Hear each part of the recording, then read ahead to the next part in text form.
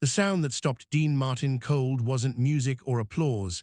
It was the collective, sharp intake of breath from 1,000 horrified people.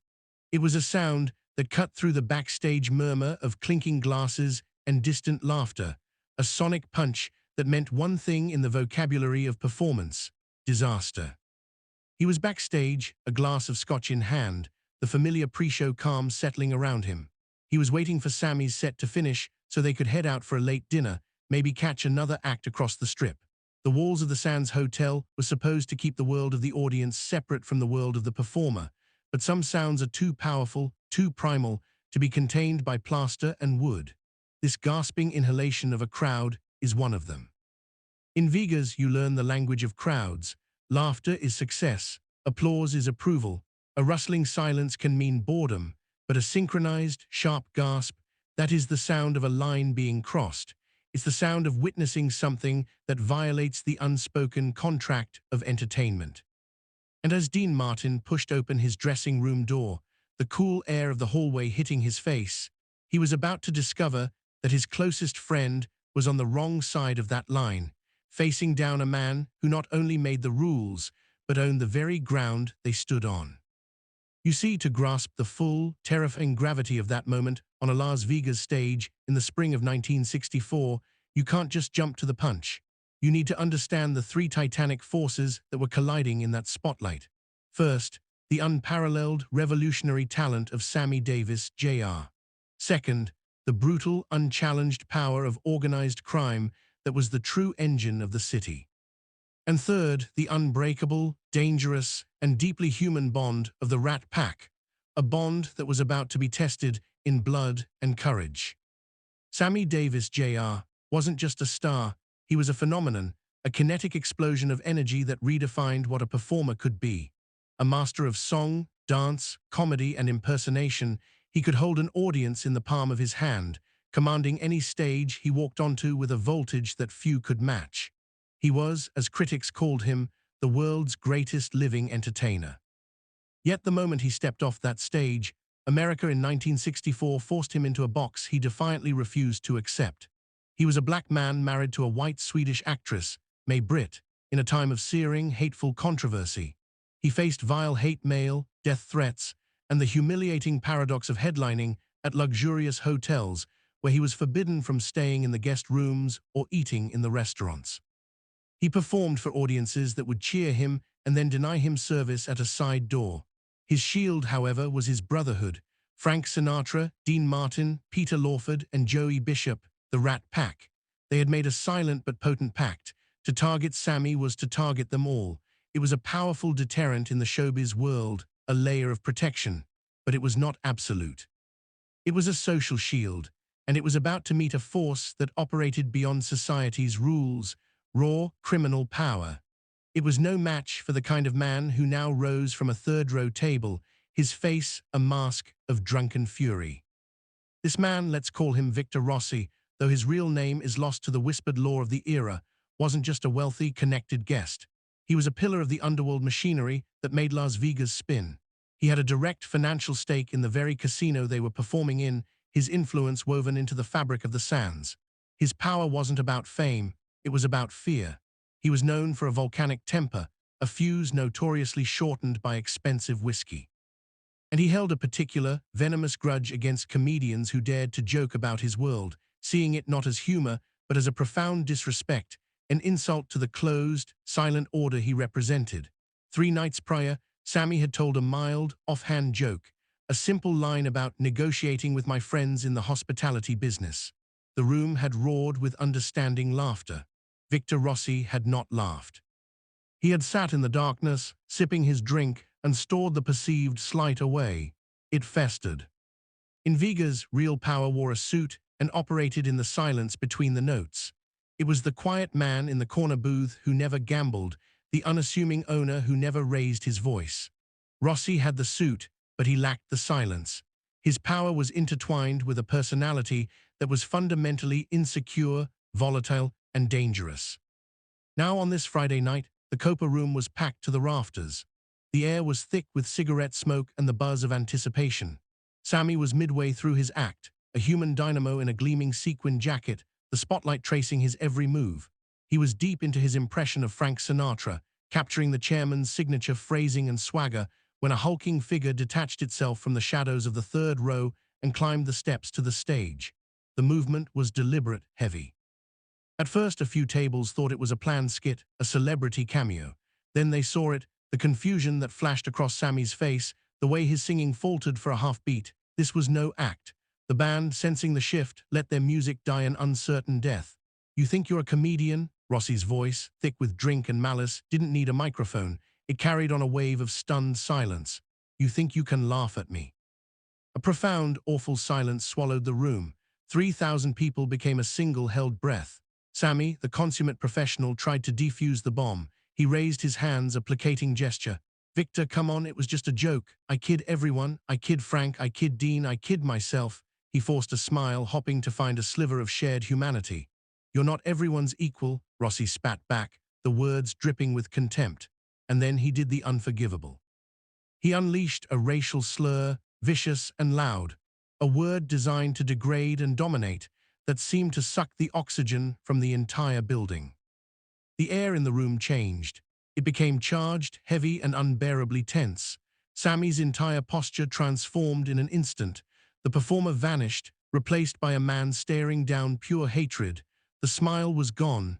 "Don't you ever call me that," he said, his voice low, steady, and colder than anyone had ever heard it. Rossi just sneered, emboldened by the silence, by the perceived weakness of a man standing alone in a spotlight. "Or what? Your famous friends aren't here to save you now. They're not here, Sammy, it's just you and me." He took another step forward, closing the distance. And then he made his move. He threw a punch, not a slap, not a shove, but a solid, brutal right hand that connected with Sammy's jaw with a sickening crack. The sound echoed in the silent cavern of the showroom. Sammy fell backward, his body crumpling onto the polished hardwood of the stage. A trickle of blood, shockingly red under the white-hot lights, began to mark his split lip. The crowd was paralyzed, a tableau of shock. Security guards stationed at the back exits exchanged panicked glances. Their job was to handle drunk tourists, not to intervene in a dispute involving a man who could end their lives with a phone call. Arresting a Victor Rossi was a career-ender, if not something far worse. So they froze, becoming part of the audience. This was the catastrophic scene Dean Martin walked into. He had heard the gasp, the silence, the slur, and the punch. He'd brushed off a terrified stagehand who had grabbed his arm, whispering urgently, "Dean, don't. That Victor Rossi, he's killed people." Dean's only response was a simple foundational truth: "Sammy's my friend." Now he stood in the wings, the heavy velvet curtain brushing his shoulder, taking in the nightmare panorama. His brilliant friend sprawled on the ground, humiliated and bleeding, a mob boss standing triumphantly over him, chest heaving, and an audience of thousands rendered mute and motionless by fear. What would you do when the unwritten rules of an entire city, rules enforced by violence and economic control, scream at you to look away? Courage isn't the absence of fear. It's the decision that some bonds are worth any consequence. It's the calculus of the heart overriding the logic of survival. Dean didn't charge, he didn't shout or make a scene, he did something far more intimidating. He simply walked, with a chilling, deliberate calm, directly into the center of the spotlight. He moved like a man entering his own living room, his posture relaxed but his eyes fixed. "Get away from him." The words were clear, flat, and left no room for debate. Rossi turned, and a drunken, surprised grin spread across his face. "Dean, perfect. Maybe you can explain respect to your pal here, teach him his place." Dean didn't engage with the banter. He moved with purpose until he was a physical barrier between the fallen Sammy and Rossi. He knelt without taking his eyes off Rossi for more than a second and helped Sammy to his feet. "You okay, pal?" he murmured, before turning his full attention back to the threat. "You need to leave. Now." Rossi's grin hardened. He puffed out his chest, invoking his real authority. "I own this place. You work for me. You breathe in this town because we let you breathe." The air was electric, every person in the room straining to hear. Dean's voice dropped to a near whisper, but it was a whisper that carried, a blade of ice cutting through the room's heat. "I don't work for you, and you just assaulted my brother in front of a room full of witnesses, so here is your choice. You walk off this stage yourself this minute, or I will make sure every major act in Nevada hears how you behave. I will call every singer, every comic, every dancer." I will tell them what you did to Sammy Davis Jr. in front of 3,000 people. Your casinos will host empty rooms. Your counts will drop. You'll be bad for business. It's a staggering bluff, a gamble with the highest possible stakes. Dean was threatening the one thing the mob understood above all else, revenue. He was pitting their code of respect against their love of money. Rossi's smile vanished, replaced by a look of stunned, inebriated calculation. His associates, two large men in suits, had stood at their table ready for a signal. Dean didn't move a muscle. He didn't glance at the associates. He held Rossi's gaze, his own face a mask of calm resolve. The silent standoff stretched, second by agonizing second, feeling like an eternity in the quiet room. Would the mob's pride override its business sense? Would the instinct for violent retaliation win over the calculus of profit? Finally, with a glare that promised future trouble, a look that said this conversation was merely paused, not finished, Rossi took a step back. "This isn't finished," he hissed, the alcohol on his breath palpable. "It is for tonight," Dean stated, his voice finally rising to a tone of command. He motioned to the frozen security guards, who now found their legs. "See him out." As Rossi was escorted up the aisle, the dam of tension broke. The audience, first in stunned silence, then in hesitant, scattered claps, then in a thunderous, roaring, cathartic standing ovation, released the emotion that had been bottled up. Dean Martin hadn't sung a note. He hadn't told a joke. He had just redrawn the map of power in the room with nothing but his will and his loyalty. He handed Sammy the microphone. Sammy, wiping the blood from his lip, looked out at the cheering crowd, then at Dean, his one good eye shining with a mixture of pain, gratitude, and awe. The show somehow went on. But backstage, after the final curtain, the fear was real and immediate. "Dean, he'll have you killed for that," a stagehand whispered, his face pale. "You don't understand who he is." The expected fallout, however, took an unexpected turn. The machinery of the underworld, it turned out, had its own logic. Within hours, a call came to Dean's room from a number higher up the criminal chain than Rossi. The voice on the other end was calm, businesslike. The message was clear. Rossi was out of line. He had embarrassed the organization. He had made them look like common, impulsive thugs in front of 3,000 paying customers, witnesses who were tourists, socialites, and civilians. He had brought unneeded attention and disrespect to their operation. He was told, in no uncertain terms, to stand down. Dean and Sammy were to be left alone, permanently. The voice explained it wasn't personal, it was business. What Rossi did was bad for business. But the message carried a razor-sharp warning. This was a one-time correction, not a precedent, a favor granted because the offense was so egregiously public and stupid. The line had been held, but the cost of crossing it again, of challenging the authority again, would be fatal.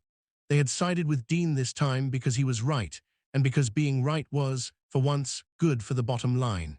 It was a chilling lesson in the pragmatic, amoral heart of power. The legacy of that night wasn't just in the whispered stories that spread through every casino lounge and dressing room from Vegas to Tahoe. It was cemented in Sammy Davis Jr.'s heart for the rest of his life. In interviews decades later, he would often say that while Frank Sinatra was the leader, the magnetic force that pulled them all together, Dean Martin was the brother who would stand in front of a moving train for you. He was the one who proved it under the brightest lights, against the darkest threat, when there was nothing to gain and everything to lose. "Frank would get you out of trouble," Sammy once said, "but Dean would get into trouble for you."